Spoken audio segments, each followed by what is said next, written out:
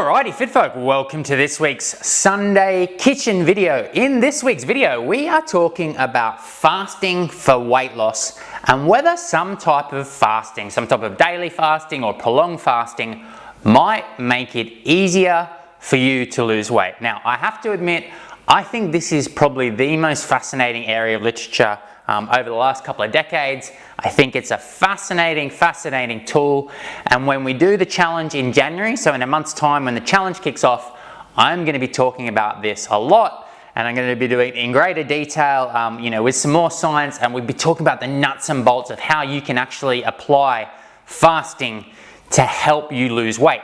In today's video, I'm going to do a quick primer. So we're going to talk about some potential benefits to try to separate a bit of the hype from the reality when it comes to how fasting might help you. We'll talk about the different types, just some really quick stuff for the definitions, because there are loads of different types of fasting that you see around, people touting their benefits. And we're just going to kind of separate out, particularly we'll talk about the difference between kind of daily time-restricted feeding and the longer periodic fasts. And then finally, we're going to talk about 4 daily fasting options that is kind of fair weather fasting, that normal people can kind of implement into their daily routine, that we can fit into the weekday weight loss routine. So the Monday to Friday, these kind of daily fasting options that will be able to make your weight loss easier. So it is going to be fun. There'll be some science, but there'll be some really practical stuff, and this is a popular choice among everyone. So let us get into it and talk about how fasting might help you lose weight.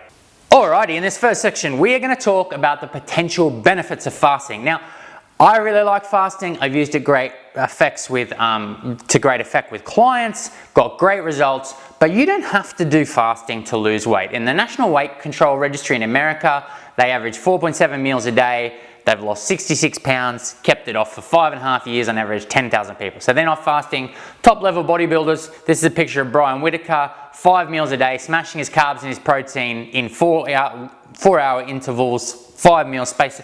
Fantastic results. You don't need to do fasting to lose weight, but potentially it could help you. And I'm gonna just do a little traffic light thing to try and take some of the hype out of fasting and just talk about whether it will help you with these things. Now, anecdotally, everybody says fasting helps with hunger control. I find that, a lot of clients find that, but I'm going to put it in orange. I've got my red, my green, and my orange, because when you look at the studies, it's not necessarily the case that fasting helps with hunger control. I found that, a lot of my clients find that, you may find that, it could be really, and if that's the case for you, this is one of the reasons to consider fasting.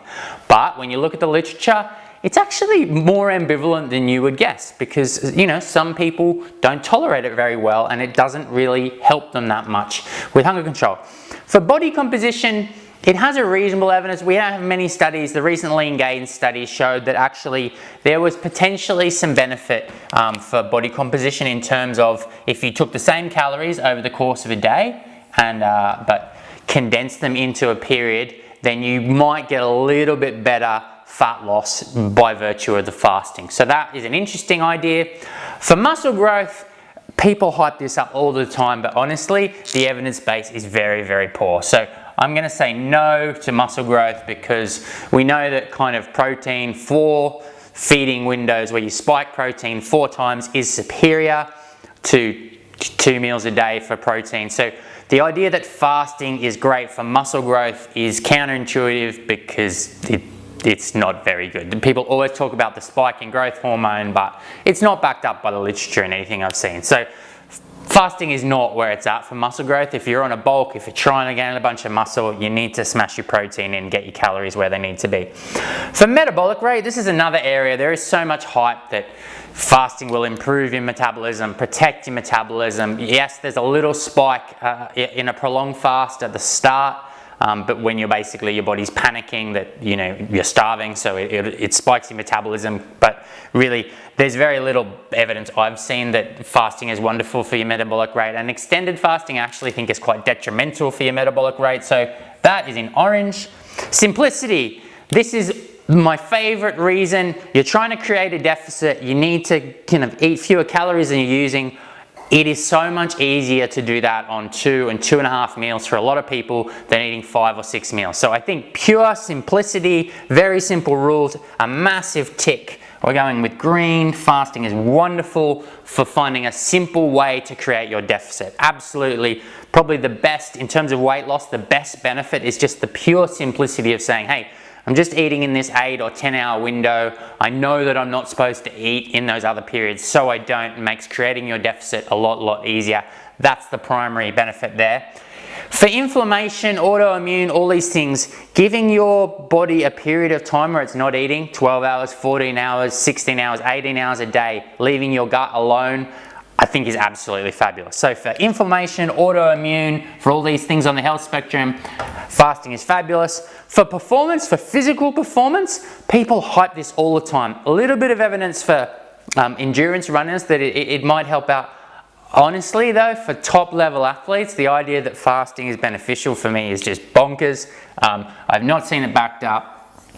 And if you compare it to top level athletes when they're doing their thing, full to the brim with glycogen. So the idea that you should be doing fasting for physical performance, not convinced. For cognition, for mental performance, there's some interesting stuff.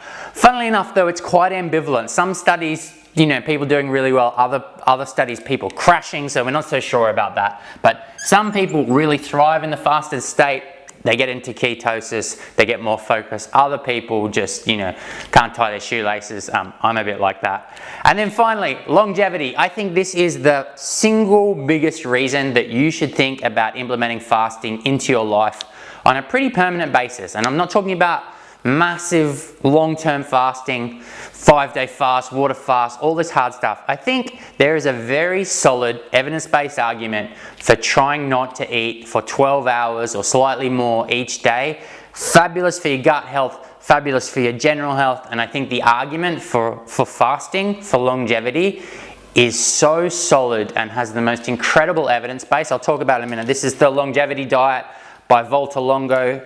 He's the pioneer of the fasting mimicking diet, which I'll talk about in a second, 5-day fast. And this is the Circadian Code, a book by Sachin Panda, who's a pioneer of time-restricted feeding, which we're about to talk about. And these true academics, not the people you find on YouTube or Facebook or whatever, but the true academic basis for fasting is absolutely fascinating. It has a fabulous history. We know tons about it with the Ramadan studies, and it is really, really interesting for health and longevity. So let's talk about some different types of fasting.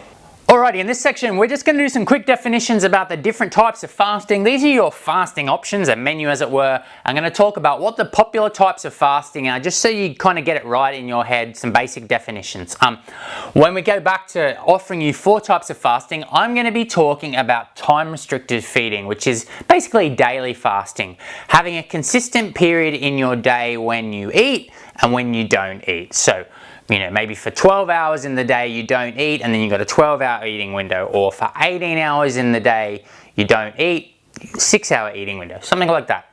So that is time-restricted feeding, and then we've got periodic fasting, which are these longer periods. I'll just show you the graph. We'll start very quickly. So time-restricted feeding, one of the more aggressive, there is OMAD, only 1 meal a day. That is time-restricted feeding. You just, in 1 hour of the day, you've got your eating, 1 meal. Very aggressive. I'm personally not that interested in it because of the raised risks of gallstones, potential for problems with glycemic control. It's a bit scary to try and coach that with clients, so I'm not that interested in it. Then you've got the warrior diet, 20-hour fasting window and a 4-hour eating window. I think Ari Hofmaker pioneered this in America. It's, you know, for people who are pretty full on, the type of person that when they started doing 12-hour fast and then that wasn't enough, and then they're doing a 16-hour fast and that wasn't enough, so they've gone for the full kind of just eating in a 4-hour window. Some people have great results with that. Then there's the lean gains method. This is probably the most popular in the fitness world. Basically 16 hours of fasting, 8-hour eating window. Somewhere in that eating window you're probably doing your strength training. This was pioneered by Martin Berkhan at the Lean Gains movement. Really, really interesting. It's the one that I just mentioned. It was recently studied. And then there's time restricted feeding, which is a little bit more relaxed. The basis is that you try and fast for at least 12 hours a day. This is the one that's really got the growing evidence base from the academics, and interestingly they often talk more about the benefits of eating breakfast. So they're talking about a time restricted feeding window, starting with a breakfast and then finishing with a dinner. Sometimes they do early time restricted feeding, which is earlier in the day. The eating window finishes earlier in the day. It has probably the best evidence base metabolically, and it is very interesting. So we'll talk about it. That's what I'm going to talk about mostly in a minute. Periodic fasting is when you have longer fasts. The most popular version is probably the 5-2 diet, where 2 days a week you just eat a quarter of your normal calorie needs. So you just eat 500 calories a day, 2 days a week. You've got the 24-hour fast. I think this was Brad P on Eat Stop Eat. So once a week you do a 24-hour fast. The book named Eat Stop Eat is probably the best example of that. Alternate day fasting is very, very well studied in the literature. So you eat, and then for a day you eat either very few calories, or if you do it properly, no food for the day. And this has a very, very strong evidence base. It's very well studied. Alternate, so eating one day, not eating the next, eating one day. It's pretty healthy. It's good for weight loss. I just don't coach it because it's a pain in the ass, to be honest, because it's very challenging for a lot of people. So alternate day fasting, and then finally the fasting mimicking diet. This is the book I was just talking about, Volta Longo. Absolutely fascinating. Basically, they found that 5-day water fasts were incredibly useful for promoting autophagy, the breakdown and regeneration of cells. This is very good for longevity. But they found it very hard to get people to stick to these 5-day water fasts. So what they did was create a fasting mimicking diet, which is like an 800-900 calorie, low carb, kind of keto-ish Mediterranean food type 5-day pre-packaged diet that you do a few times a year, and the idea is that it's supposed to promote autophagy, clear out your system, and in the long run this could be really healthy for you. I think it's absolutely fascinating, but it's pretty full on, expensive to do, so it's not something I'm going to talk about. What I'm going to talk about is the type of fasting that you can integrate into the weekday weight loss program. Okay, lastly, we are going to talk about 4 fasting options that work within the weekday weight loss program. And these are all fasting options I'm going to talk a lot about in January, and I'm going to actually pitch it to people. And it's not because of the weight loss. I'm actually going to actively encourage clients to consider fasting for health, because over the last 6 months I've just been reading and reading and reading, and I find the evidence base for fasting, a little bit of fasting, not really aggressive fasting, but a little bit of daily fasting, I find the health argument to be just so persuasive and so incredible. I'm doing it myself. I've worked, a lot of clients are doing it, and I think it is really fabulous, a really fabulous thing to think about. So I'm going to give you this idea that you should be aiming to get 5 12-hour fasts in during the week, and there's some research showing that actually you don't need to fast every day. If you get those kind of 5 12-hour periods of not eating, it's going to be really good for your guts. Could be good for your your circadian clock. Could be good for inflammation. Could be good for general health, longevity. So many things. So the intellectual basis for this comes from a lot of reading I've been doing by a few of the top academics. So for the long fasting, the fasting mimicking diet, Volta Longo, really interesting guy. His longevity diet book, the general guidance was for the time restricted eating is this: restrict your eating to 11 to 12 hours or less per day. For example, if you eat breakfast after 8 a.m., finish dinner before 8 p.m.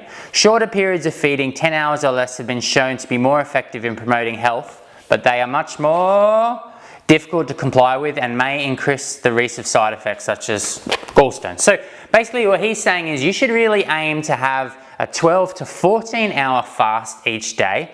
And then Sachin Panda, the guy that's doing the circadian rhythm stuff for the top academics in the world, his guidance was if you can eat all your food within an 8 to 12 hour window most days, you will reap the most health benefits. So you don't need to kind of eat in a 4-hour window. If you can just divide the day in half between eating and not eating, and this is really not eating, so you can't be drinking drinks like tea or coffee in your fasting window, then this has potential benefits really big. Anyway, these are the 4 type of offerings of fastings I'm going to be offering in the weekday weight loss program, and I'll put a poll up during the week to see what the appetite is among people. So the 16-hour fast is when you fast for 16 hours and you eat in an 8-hour window. Now, the classic example is the lean gains. This is what people in the fitness world do. We've got probably 2 of the clients that have lost the most weight are kind of eating between midday and about 8, or I think Liz is 11 and 7 and Ben's like 12 and 8, but they are eating within a shorter period, and this gives them a long old fast, has helped them control what they're eating. It's just really simple. So that's the 16-hour, the 16-8. The classic version is 12 until 8. I personally, if it's all possible, would drag your eating window forward in the day because there's a metabolic argument for that. So front loading your calories a little bit. So if you could eat between 10, if you could do brunch, snack, and then dinner at 6 p.m, I think that's an absolutely glorious way to eat. So but that's the more challenging one. And the ones that I'm going to be pitching more in the Weekday Weight Loss program is just trying to get that 5 times the 12-hour, and then on days when you're at a restaurant at the weekend, don't worry about it. You don't need to do it. Just try and get these 5 12-hour fasts. Now, 2 options. Morning fasting, which is the one that everyone does because it's the easiest to do because it doesn't mess up your dinner, is you just don't eat in the AM. So from midday onwards, you eat. I've put here from 12 until 10 p.m. But, you know, and that's a 10-hour eating window, 14-hour fast. But basically, you create a 12-hour, at least a 12-hour fast by just not eating in the morning. So that is morning fasting is one of the options, and then evening fasting. I think this is the cleverest way because it's better aligned with your circadian code. Both these top academics recommend eating breakfast because your insulin sensitivity is highest in the morning. And this is the thing I always find ironic. Everywhere I see that people are promoting fasting in the space, they're all promoting kind of intermittent fasting by skipping breakfast. Everyone's saying you must skip breakfast, all these benefits of breakfast, and yet in the literature it is really not there. There's a bit of evidence showing that actually if you eat breakfast you tend to expend more energy. It doesn't really affect weight loss either way, eating or skipping breakfast, but metabolically there's a lot of evidence showing that it's actually really healthy because it's aligned with your circadian rhythm to eat breakfast. So this is how I do it. Basically, I eat breakfast with my family because it works for me. I'll have my lunch, I have my dinner, and then at 7 p.m, this is how I started doing it. It's now just a habit, but an alarm went on my phone for a couple of weeks. I brushed my teeth, and then in the evening, I would only drink hot water. I wouldn't drink any actual coffee or tea because technically that's breaking the fast. So if you're looking to do it for health benefits, when you have a cup of coffee or a cup of tea, that is a xenobiotic. That kicks your liver into go. That starts your digestive system. Whereas if you're just drinking water, you're getting a true fast. So what I'm trying to do is have no caloric intake, no things that are going to affect my digestive system in that period. And basically that's a 12-hour period. It's a little bit challenging, a little bit weird not eating in the evening if you're a snacker like me. But I adjusted to it really quickly. It stops me doing any Netflix binging. And I think this evening fasting is a very compelling idea. In fact, the guy that runs the circadian code, that runs the group that's studying this intensively in America, recommends subtracting 3 hours from your bedtime and starting your fast then. So if you go to bed at 11 p.m, take your 3 hours away, that gets you to 8 p.m. If you go to bed at 10 p.m, take your 3 hours away, that gets you to 7. That's when you start because it's just really good for your health, your gut health. So that's evening fasting. And then lunch fasting, this is a very odd idea, but I've got a client that's doing this to great effect in Scotland. And I used to play with a bunch of guys that in Ramadan would eat before dawn, do all their football, so their soccer, and then eat in the evening. And they would always lose weight, but it's the best way to maintain performance when you're not allowed to eat during daylight. It's an incredibly simple idea because think about it, you eat your breakfast at home, you go out during the day, you do your work, all this, you don't have to deal with sorting out lunch, you're just not eating, and then you eat your dinner at home. It's just such a simple way to eat. You get to eat breakfast and lunch, breakfast and dinner with your family, and then you've got 2 fasting periods. It's actually a very clever idea because you get protein in here and protein in here.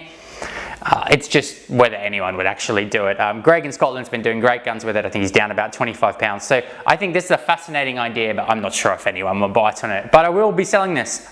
So that's it.